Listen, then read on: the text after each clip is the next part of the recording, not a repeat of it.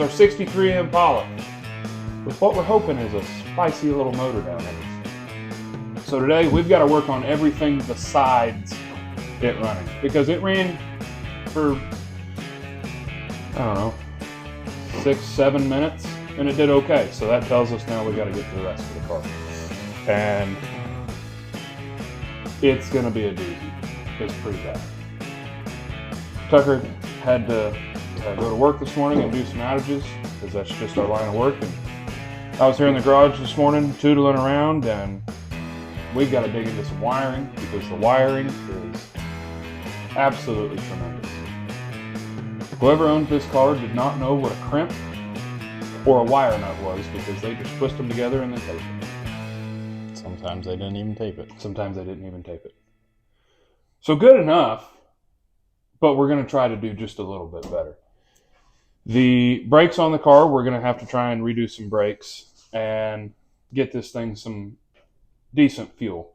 So we did go through and do a couple little things. The fuel line is in the car, blew through it, the tank and everything, and it's clear. The tank's probably pretty bad in the bottom of it, but the line is clear. The brakes, I installed a new line on the rear, but I didn't have front lines, so we got to dig into that. And a whole bunch of stuff we just got to dig right into.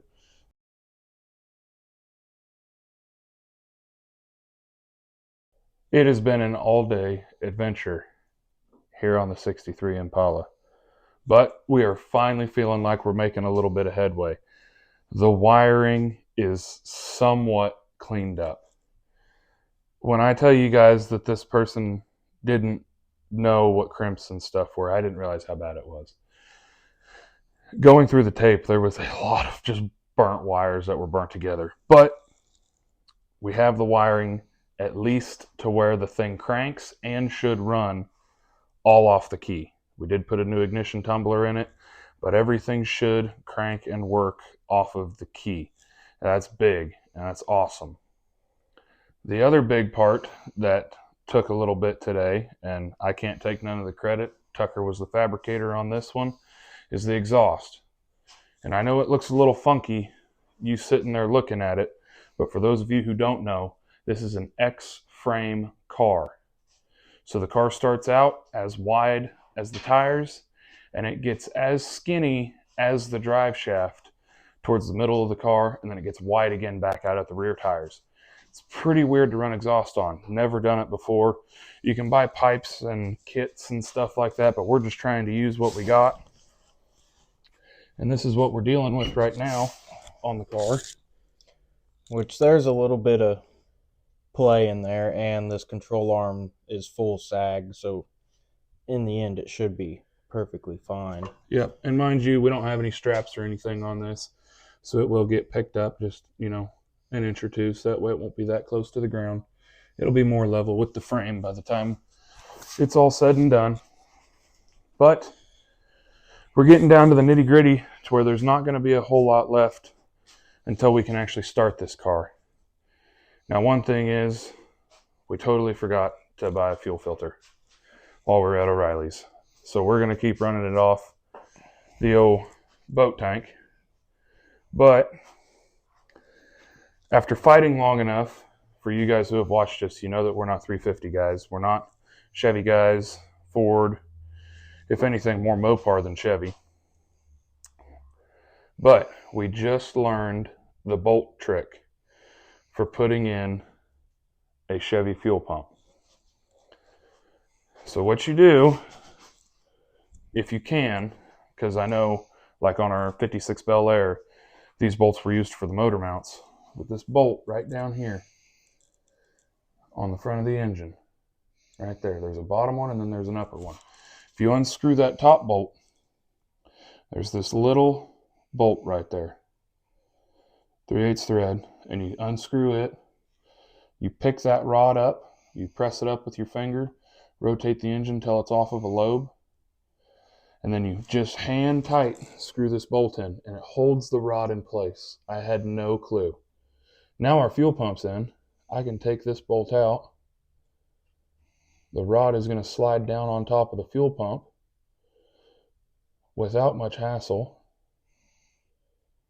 And then I can slide my little bolt right back in its place, and we won't leak any oil. That is niftier than ever.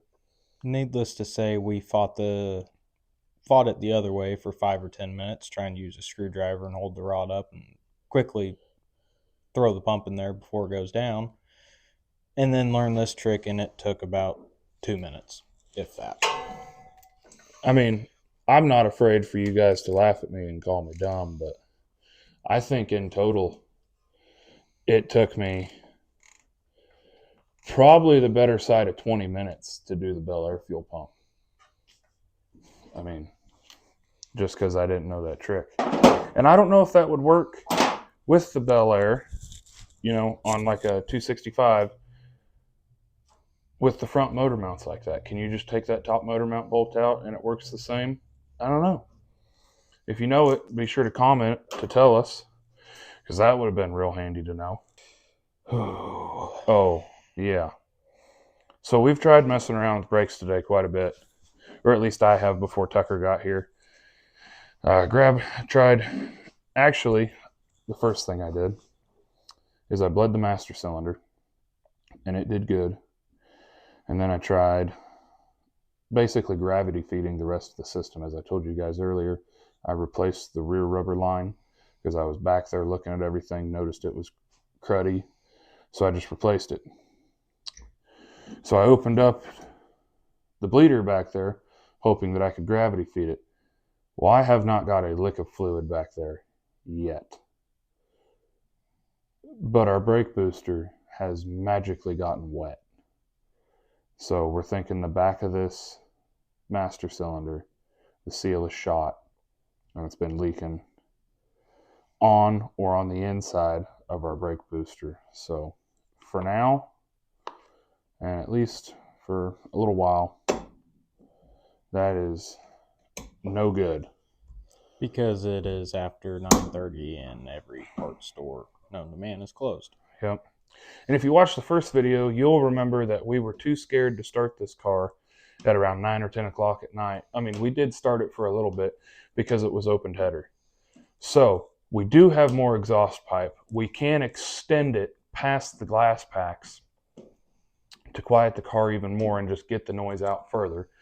Granted, we really don't have any other mufflers because the only thing we do is put on glass packs, but we can at least bolt the other glass pack on, start the car and see how much quieter it is, and if we can actually let it sit here and run and get a full-blown heat cycle in, test the transmission, and do all the other little things that we need to do.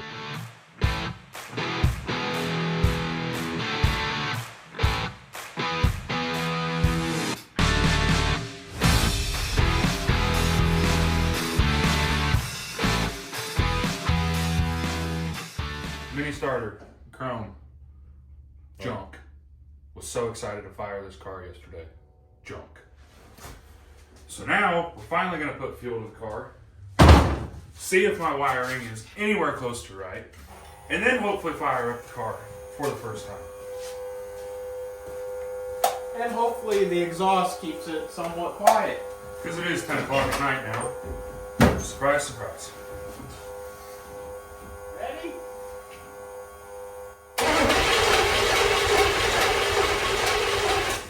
Nope. No spark at the coil. I don't know what happened. I guess that really just didn't have power. I tried to wire it in, coil hot. Apparently I didn't find a good wire. But that's okay. Came prepared, so I didn't figure it would work. I had my doubts, so I already got a jumper made up. Alright. Gave her just a tickle. Ready? Yeah.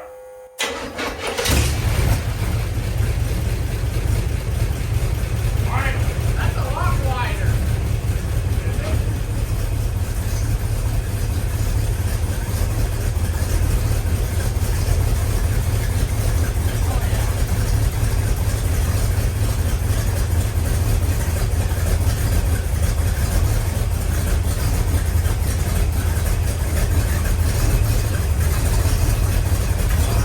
Longer.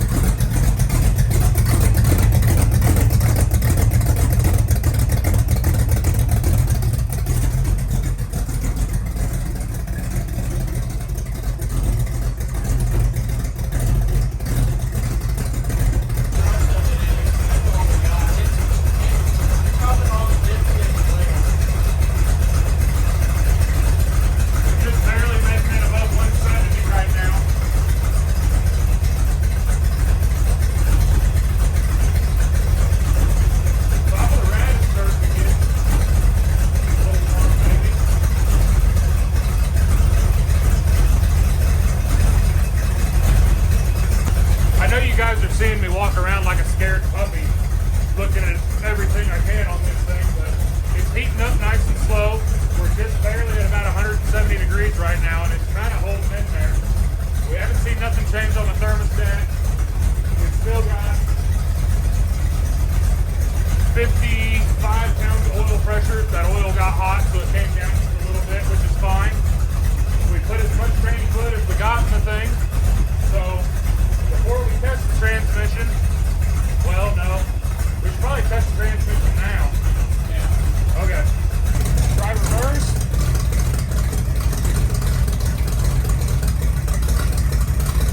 Give it a little. Oh, there's nothing on that. Hey, it's all right. Just let it sit there. It's creeping. That's fine as long as it's creeping. The fact that the engine's still running under load is good. Oh, it's starting to move. Okay, now it's forward. That's forward? It just went forward, whatever you did. It should be in neutral now. What's it doing? Nothing. Okay. You might have just went a little far. Okay, I'm gonna go drive. Oh, yeah.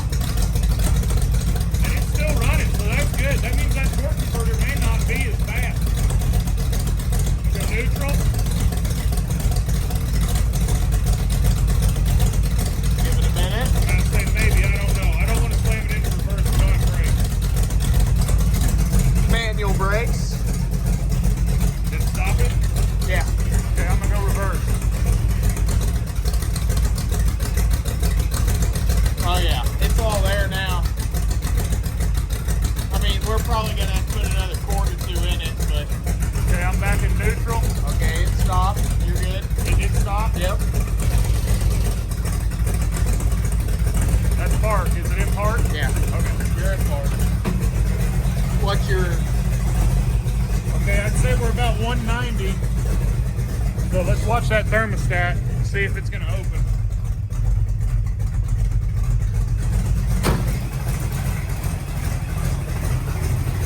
Oh, yeah, it opened. It's green now. It was before that too. Yeah, it was green at 170. I don't really want to... Well, the top of the rad's hot. Oh. It might be slowly trying to open.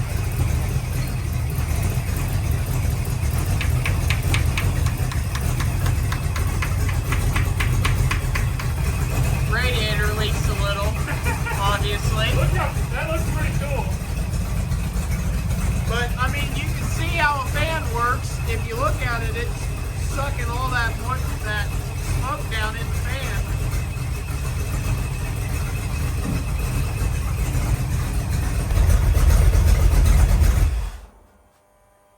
Alright guys, so this thing has been running for, I'd say the better part of 20 minutes.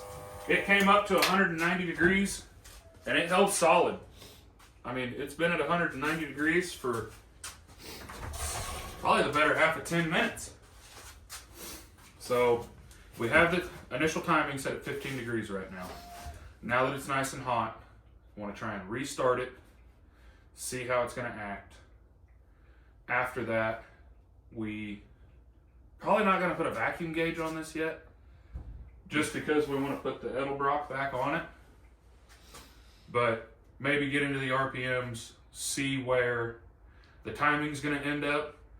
I really don't want this thing getting above probably 34 degrees, realistically. And if it starts well at 15, then we'll leave it at 15. But, I mean, depending on where this thing goes, we might put it at about 12 or so. And all the smokiness you guys are seeing, I mean, granted, that's probably a little bit burning off the motor or this and that, but we also run Marvel Mystery Fluid in the fuel. So, I mean, you're going to get a little bit of smoke out of your exhaust just because, I mean, you're helping oil everything. It hasn't ran in forever. Dumb chrome dipstick. Who would have got that? Chrome oil filter, chrome dipstick, chrome alternator, chrome pulleys, chrome water pump, chrome valve covers, chrome oil pan. There is a chrome transmission pan that says Turbo 400 on it. Chrome harmonic balancer. Yeah, chrome bracketry. I mean, it's just ridiculous. Yeah.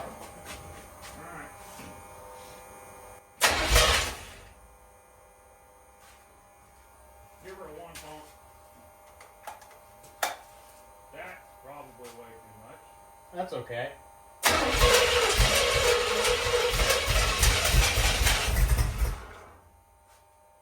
some tuning needs to be done on the car. Okay.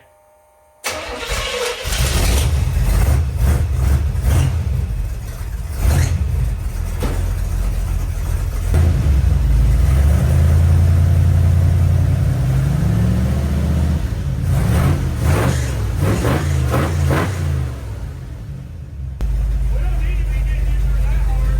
Okay, it's 200 degrees. Let's make sure she's going to stay. Oh, I can see.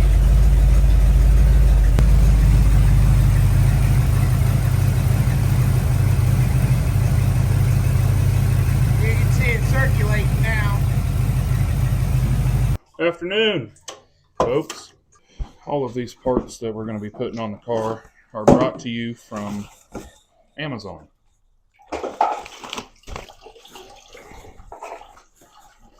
Because they were cheap. Because they were cheap, and to match what this car already was, we got chrome everything.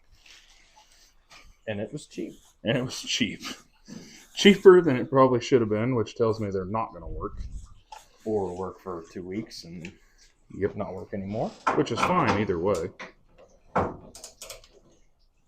We did get a new radiator. Had that little bit of overheating trouble last time.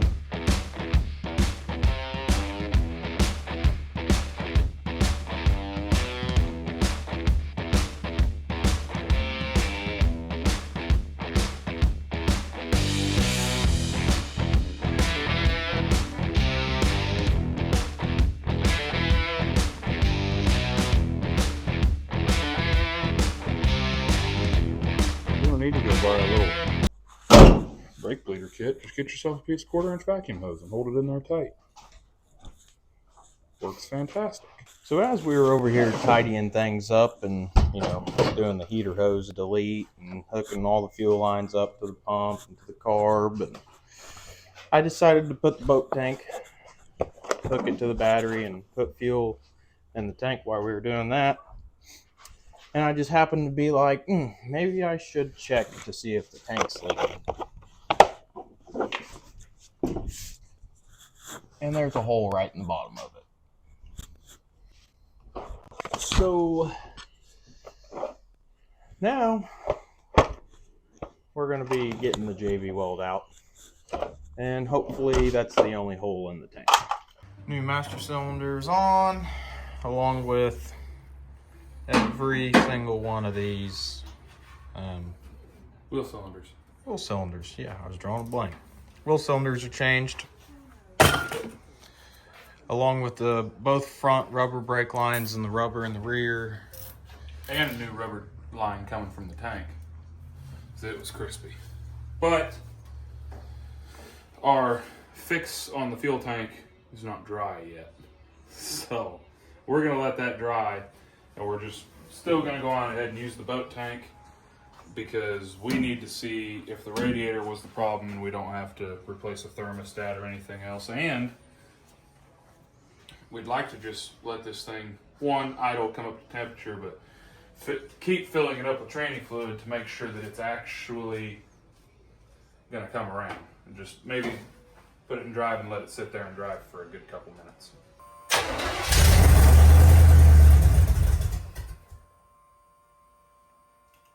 Alright, I'll let you choke. That's fine.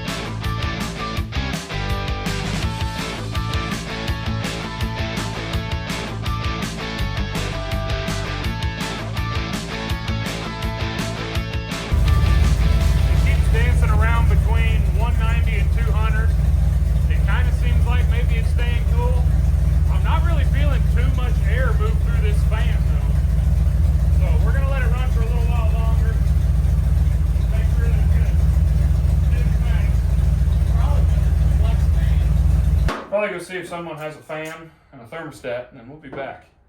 They had a thermostat. They didn't have a fan, though. This is off my 351, if you guys watched that video. It's another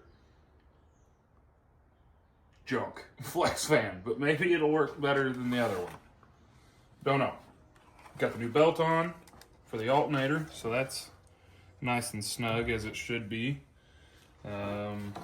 And we went and got some pretty cool stuff from O'Reilly's to attach the fuel tank. Tank weld. It comes with a little piece of mesh and 2 compounds you mix together, and supposedly it's supposed to do good. With it, it says knead together for 1 minute, and then you have 5 minutes until it starts setting up. Well, Tucker kneaded it for 4 minutes, so I had 1 minute till it sat up. But it's on there. It got hot. Really, really hot in your hand. So hopefully that works. We're going to keep letting that dry. In the meantime, though, we have got to fire this thing up and see if this is going to fix our cooling issues. It had a 195 thermostat in it. Hopefully between the thermostat, a different piece of junk, flex fan, because this is a 160. That's all they had in stock. Hopefully between these two pieces, this car will stay 170, 180 degrees, and do better. Gonna do a hot start.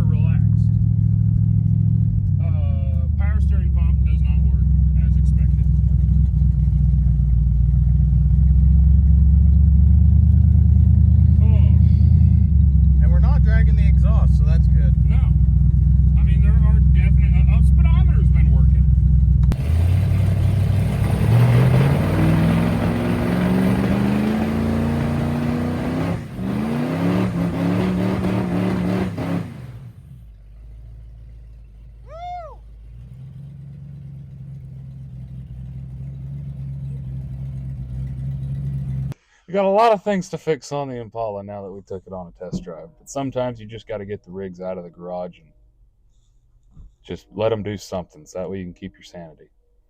We do have some big things coming up. We've got a car show that we're going to be going to. We're going to be trying and taking 4 of the different vehicles that we've made videos for you guys for to that car show. It's going to be pretty well an hour drive there. So all of the vehicles are going to get a true test drive to the car show. We also wanted to give a big thank you to you guys for letting us reach 1,000 subscribers.